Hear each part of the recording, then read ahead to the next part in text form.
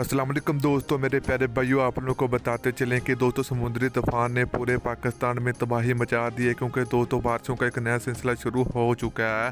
तो दोस्तों पाकिस्तान में महकमा मौसमियात ने आने वाले 3 दिन के दरमियान पाकिस्तान में एक बहुत ही बड़ा खतरनाक हाई अलर्ट जारी कर दिया। तो वीडियो के अंदर आपको मैं मुकम्मल आप लोगों को तफसील आप लोगों को बताऊँगा, तो आप लोगों ने लाजमी वीडियो के अंत तक देखना कि पाकिस्तान में आने वाले 3 और 4 दिन के दरमियान पाकिस्तान में मूसलाधार बारिशें होने का इम्कान है।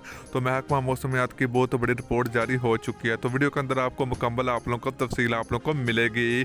तो मेरे प्यारे भाइयों, उससे पहले अगर आपने अभी तक इस वीडियो को लाइक कर किया तो वीडियो को लाइक करें, चैनल को सब्सक्राइब करें, बेल आइकन जरूर इनेबल करें ताकि आप लोगों को मजीद वीडियो का नोटिफिकेशन मिल सके।